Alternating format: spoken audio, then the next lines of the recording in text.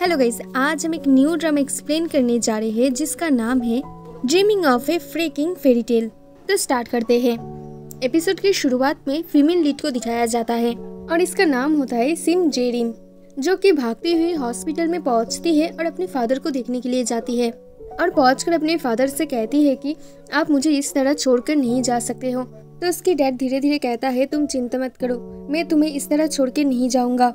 उसके फादर कुछ बोलने के लिए उसको पास बुलाता है लेकिन और कुछ कहता भी है और इसके बाद ही उसकी डैड मर जाता है। उसके डैड दुनिया छोड़ के चले जाने के बाद उसके पास सिर्फ उसकी स्टेप मदर और स्टेप सिस्टर रहता है। इसके बाद 20 साल पहले की सीन दिखाया जाता है जहाँ पर उसकी डैड प्लेग्राउंड में होता है और एक्सरसाइज कर रहा होता है और तभी वहाँ से एक लेडी जा रही होती है। उसकी डैड को देखता है तो लेडी उसके पास जाती है और उन दोनों में प्यार हो जाते हैं और ये सब दूर से सिम जेरिम देख रही होती है। इसके बाद उसकी डैड उस लेडी से शादी कर लेती है और उसकी घर में शिफ्ट हो जाते हैं और उन लेडी की 2 बच्ची भी होती हैं, जो कि जेरिम की डैड को तो वेलकम करती है लेकिन उसे ठीक से वेलकम नहीं करती है, जिस वजह से उसे हमेशा ही बहुत ही अनकंफर्टेबल लगता है। इसके बाद प्रेजेंट की सीन दिखाया जाता है जहाँ पर सभी खा रहे होते हैं लेकिन जेरिम की स्टेप मॉम नहीं खा पाती है और उनकी दोनों बेटियां उसे खाने के लिए कहती है और कहती है कि देखो जेरिम कैसे खा रही है, जैसे कुछ हुआ ही नहीं है, तो तुम क्यों नहीं खा रही हो। और जैसे ही खाना देती है उसकी मॉम को खाने को देखकर उल्टी आ रही होती है। ये देखकर उसकी बेटी कहती है कि आप ठीक नहीं हो, आपको भी हॉस्पिटल जाकर चेक करना चाहिए था। तो उसकी मॉम कहती है असल में मैं फिजिकली ठीक नहीं हूँ, मैं तुम्हारी डैड से बहुत ही प्यार करती थी, इस वजह से शायद हो रहा है। ये सुनकर जेरिम भी सोचती है शायद मेरी स्टेप मॉम जेन्युइनली मेरी डैड को प्यार करती है और मन ही मन कहती है मुझे इस घर से जल्दी निकलना होगा। इसके बाद जेरिम रूम में जाती है और सेकंड ड्रॉ को खोलती है। जैसे उसकी डैड कहा था कि मैंने तुम्हारे लिए कुछ रखा हुआ है जो कि सेकंड ड्रॉ में है, और ये ठीक मरने से पहले कहा था। और देखते हैं कि जेरिम जब सेकंड ड्रॉ खोलती है उसे एक पेज मिलती है जो कि न्यू एंजल मैनेजर की रिक्वायरमेंट होता है और देखते हैं कि उसके पीछे उसकी डैड कुछ लिखा हुआ है और लिखा हुआ होता है कि तुम यहाँ से जॉब ढूंढ लो और साथ में एक अमीर सी हस्बैंड भी खुद से ढूंढ लो और उसके साथ अच्छे से रहना और उसके साथ अच्छे से लाइफ गुजारना। और ये सब देखने के बाद जेरिम बहुत ही गुस्सा हो जाती है। इसके बाद उसी जगह को दिखाया जाता है और इस जगह का नाम होता है च्योंगदम डोंग और देखते हैं कि उसके लिए यहाँ पर एक बहुत ही सुंदर प्रिंस चार्मिंग बैठा हुआ है और ये बहुत ही इनोसेंट माइंड का है और इसका नाम है मून जामिन। और देखते हैं कि उसके पास उसका सेक्रेटरी आता है और कहता है कि इस बार प्रॉफिट में बहुत बड़ा चेंज हुआ है और 200% डाउन में गया है, जो कि बिजनेस के लिए बिल्कुल भी अच्छा नहीं है और इस टाइम पे तो बिजनेस क्लोज भी हो जाता है। लेकिन देखते हैं कि यहाँ पर मून चामिन बिल्कुल भी गुस्सा नहीं होता है और कहता है कि ये तो बहुत ही अच्छी न्यूज़ है, सब कुछ प्लान के मुताबिक चल रहा है। सेक्रेटरी कहता है आप क्या बोल रहे हो। तो मून चामिन कहता है पैसे के बारे में चिंता मत करो, हम लोगों के पास बहुत सारा पैसा है और मैं बहुत ही लकी हूँ कि मैं एक अमीर फैमिली में पैदा हुआ हूँ और मैं 8th जनरेशन में हूँ और मैं कभी भी पैसों के पीछे नहीं भागता, मैं सिर्फ अपनी सोल की सुनती हूँ। तो उसकी सेक्रेटरी कहता है कि तो फिर एम्प्लॉय की बातों को भी सुन लीजिए, यहाँ पर बहुत सारे लोग काम करना चाहता है लेकिन आप तो एक्सेप्ट ही नहीं कर रहे हैं। तभी जेमिन उसे चुप करके कहता है कि मेरी सोल कुछ कह रहा है। इसके बाद वो कहता है कि मेरी सोल चाहता है कि रैंडम पीपल को नहीं एक्सेप्ट किया जाए और जो भी एम्प्लॉई है उन लोगों की सैलरी को 10% बढ़ाने के लिए कहता है। ये सुनकर उसका सेक्रेटरी खुश हो जाता है और चामिन उसकी मुंह पर रोज रखकर वहाँ से चला जाता है। अगले सीन में देखते हैं जेरिम को जो अपनी फ्रेंड के साथ बैठी हुई होती है और बात करती है। उसकी फ्रेंड का नाम होता है सुनजंग।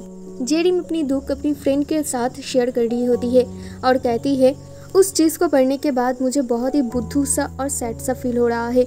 मेरी फादर तो मेरे लिए कुछ करके नहीं गया है, अगर मेरी डैड उसमें लिखता कि मैं तुमसे प्यार करता हूँ, कि मुझे माफ़ कर देना, ये सब चीज़ तो मैं कभी भी गुस्सा नहीं होती, लेकिन उसने लिखा कि मैं कभी भी खुद से सक्सेस नहीं हो पाऊंगी। सुंगजंग कहता है तुम्हारे पापा ने चोंगदम हेवन के बारे में बताया है और मैंने सुना है वहाँ पर एक रिच गाय शादी करने वाला है। ये सुनकर जेरिम कहती है ये सब कभी भी मेरे साथ नहीं होगा। तो सुंगजंग कहता है आगे क्या होने वाला है कुछ भी पता नहीं, कुछ भी हो सकता है, और कहती है कि अगर तुम दुखी हो रहे हो तो दुखी हो लो। तो जेरिम कहता है ऐसा कुछ भी नहीं है, मैं बिल्कुल भी दुखी नहीं हूँ, लेकिन वो बहुत ज़्यादा ड्रिंक कर रही थी। इसके बाद वो घर जाकर सो जाती है और अपने सपने में अपने पापा को देखती है और पूछती है मैं कैसे सिंड्रेला बन सकती हूँ और आप कैसे डैड हो जो कि अपने बच्चे को कहते हो कि तुम खुद से कुछ नहीं बन सकती हो। तो उसकी डैड उसे इनकरेज करने की कोशिश करता है और कहता है तुम्हारे लिए मेरे पास एक और गिफ्ट है, और उसको एक पंपकिन देता है और पंपकिन उसकी तरफ छोड़ता है, जिसकी वजह से पंपकिन के पत्तों की वजह से वो बंधा हुआ होता है और वो डैड डैड बोलकर पुकारती है और नींद से भी वो उठ जाती है। तो इसके बाद वो इंटरनेट पे पंपकिन की ड्रीम के बारे में सर्च करती है ताकि उसे पता चले ड्रीम में पंपकिन देखने से क्या होगा। और उसे पता चलता है जो भी ड्रीम में पंपकिन दिखता है वो वेल्थ और हैप्पीनेस एक्सपीरियंस करता है, जिसे देखकर जेरिम खुश हो जाती है। तभी उसके पास उसकी फ्रेंड सुनजंग की फोन आती है। सुनजंग कहती है कि चकदम हेवन में 2 कपल की शादी होने वाली है और हम दोनों वहाँ पर जाएंगे।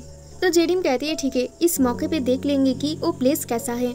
इसके बाद देखते हैं जेरिम चंगदंग हेवन के सामने पहुंच जाती है और उसे देखकर वो बहुत ही शॉक्ड हो जाती है। देखकर वो हाँ हो जाती है। वही दूसरी तरफ चामिन को देखते हैं जो कि चंगदंग हेवन पे अम्ब्रेला लेकर एंट्री करता है। तो एक एम्प्लॉय उसे वेलकम करता है और कहता है कि आप अम्ब्रेला बंद कर सकते हो, आप यहाँ पर बिल्कुल सेफ हो, यहाँ पर शादी हो रहा है तो आपको प्रोटेक्शन की जरूरत नहीं है। चामिन कहता है यहाँ पर बहुत सारे लोग हैं और बहुत सारे लोग डेंजरस भी हो सकता है। तो एम्प्लॉय कहता है आपको यहाँ पर नहीं आना चाहिए था। फिर चामिन कहता है चंगदंग हेवन पे वेडिंग हो रहा है और मैं ना हूँ, ये हो नहीं सकता। तभी वहाँ पर एक आदमी फ्लावर्स लेकर पास से जा रहा होता है, जिसे देखकर चामिन कहता है ये डेंजरस हो सकता है। और देखते हैं कि वो आदमी फ्लावर्स लेकर ब्राइड के पास जाता है और कहता है कि तुम ऐसे कैसे शादी कर सकते हो, तुम्हारा प्यार कैसे बदल सकता है, चलो मेरे साथ चलो। और उसको ले जाने की कोशिश करता है और तभी वहाँ पर चामिन की एंट्री होता है और कहता है तुम ये सब क्या कर रहे हो, और उसे बाहर निकल जाने के लिए कहता है। लेकिन वो आदमी तो ऐसा नहीं करता है और उसे बहस करता है और वो आदमी गुस्से से उसके अम्ब्रेला को फेंकने की कोशिश करता है और चामिन भी उसे पटक पटक के मारता है और वहीं पर वो आदमी गिर जाता है और ब्राइड चामिन को थैंक यू कहता है। तो चामिन उसे हमेशा स्माइल करने के लिए कहता है। ये कहने के बाद चामिन वहाँ से चला जाता है। इसके बाद देखते हैं शादी हो रहा होता है जहाँ पर सुनजंग और जेरिम भी पहुँच जाती है और ब्राइड की एंट्री देखकर जेरिम को लग रहा होता है कि वो भी ऐसे ही अपनी डैड के हाथ पकड़कर एंट्री कर रही है, जिसे देखकर जेरिम को बुरा लगता है क्योंकि उसका डैड अब नहीं रहा। और वो अपनी दोस्त से पूछती है ब्राइड हमेशा क्यों अपनी डैड के हाथ पकड़कर एंट्री करती है। तो उसकी दोस्त कहती है ये ओल्ड फैशन है, ये परंपरा है और वैसे भी ये अब सेकंड राउंड पे आ गया है। तो जेरिम कहता है सेकंड राउंड मतलब लाइफ कोई गेम नहीं है। तो सुनजंग कहता है ऑफ कोर्स लाइफ एक गेम ही है, पहले राउंड पे आप रैंडमली कुछ भी कर सकते हो और सेकंड राउंड पे आपको एक सही इंसान को चूज करना पड़ेगा जिसके साथ आप शादी करोगे। जेरिम कहती है क्या शादी करना ही पड़ता है। तो सुनजंग कहता है हाँ करना ही पड़ता है। वही दूसरी तरफ चामिन को देखते हैं जो कि सेक्रेटरी के साथ होता है और सेक्रेटरी को एक लड़की पसंद आता है और वो चामिन को देखने के लिए कहता है। और चामिन जैसे इस लड़की को देखता है उसे लगता है एक मार्बल स्टोन है और वो कहता है ये तो एक मार्बल स्टोन है। और वो जैसे ही दूसरी तरफ देखता है एक लड़की उसकी तरफ ही देखता है और उसको भी किसी स्टोन समझता है।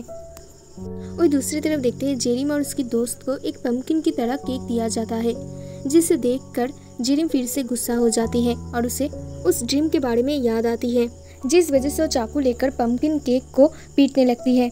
आगे देखते हैं जब शादी खत्म हो जाता है चामिन एक जगह पे बैठकर अपनी अम्ब्रेला को साफ कर रहा होता है। साफ करने के बाद हैंडकरचिप वो पास में रख देता है और तभी देखते हैं कि हैंडकरचिप हवा से उड़कर दूसरी जगह पे चला जाता है।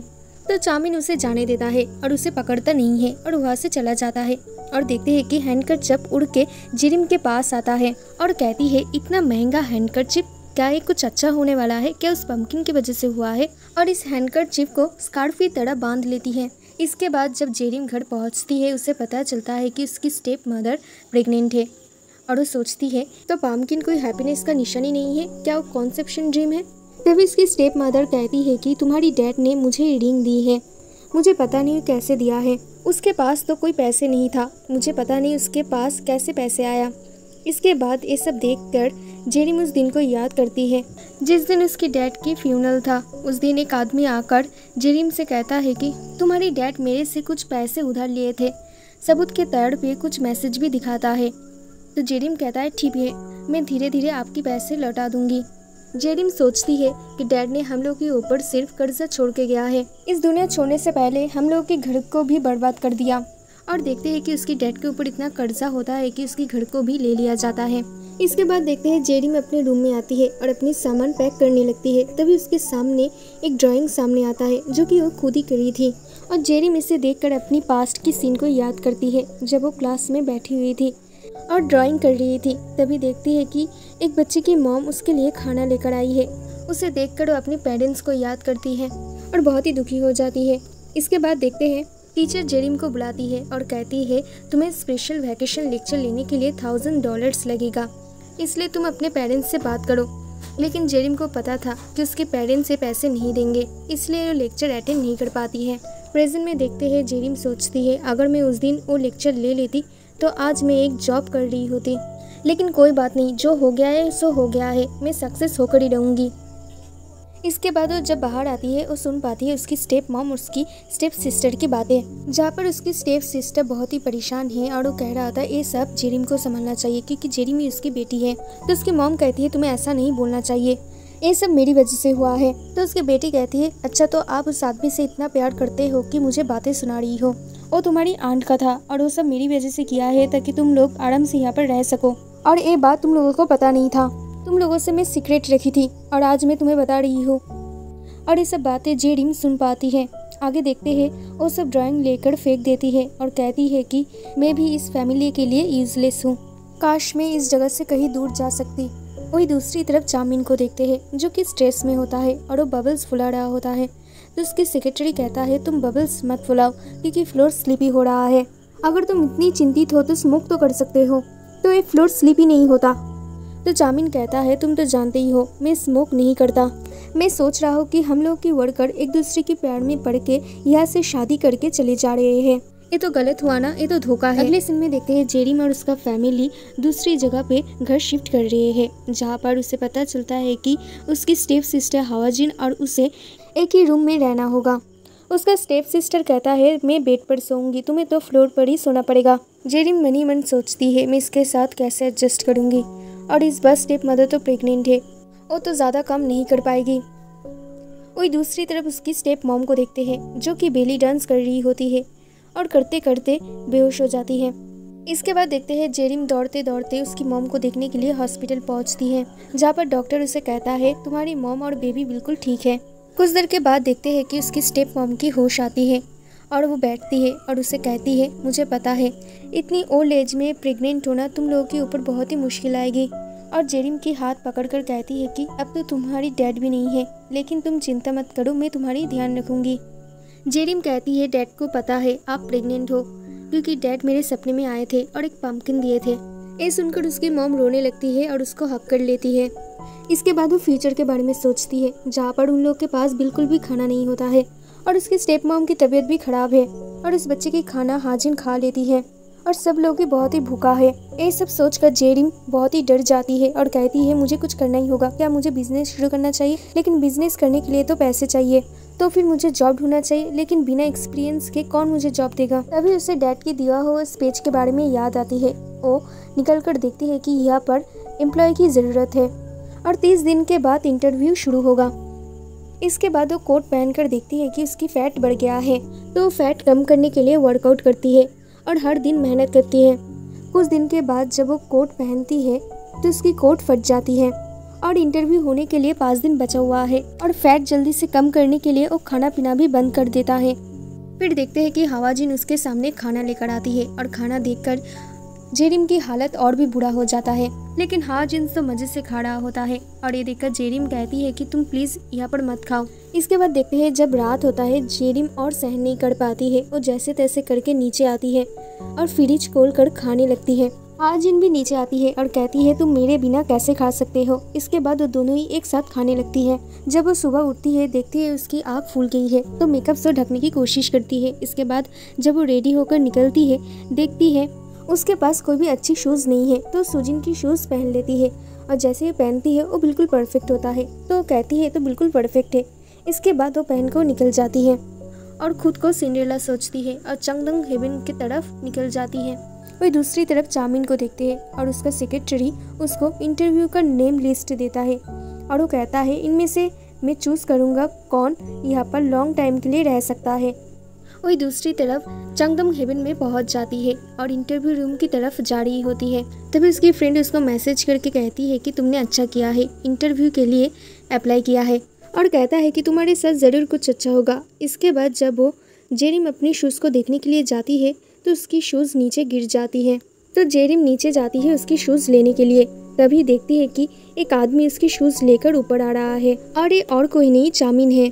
उसे देखते ही जेरिम उसे देखते ही रह जाती है और कहती है मनी मन शायद मुझे लकी ड्रॉ मिल गया है, और अपनी मनी मन पापा को शुक्रिया भी कहती है कि आपने एटलीस्ट मुझे हेल्प किया। चामिन कहता है मैं आपके ऊपर मुकदमा करूँगा। जेरिम मनी मन सोचती है क्यों, मैं आपका दिल चुरा लिया है। फिर जेरिम कहती है क्यों, तो चामिन कहती है आपने मर्डर करने की कोशिश किया है। ये सुनकर जेरिम कहती है क्या, और यहीं पर ये एपिसोड खत्म हो जाता है। और मिलते हैं अगले एपिसोड में। देखने के लिए बहुत बहुत शुक्रिया।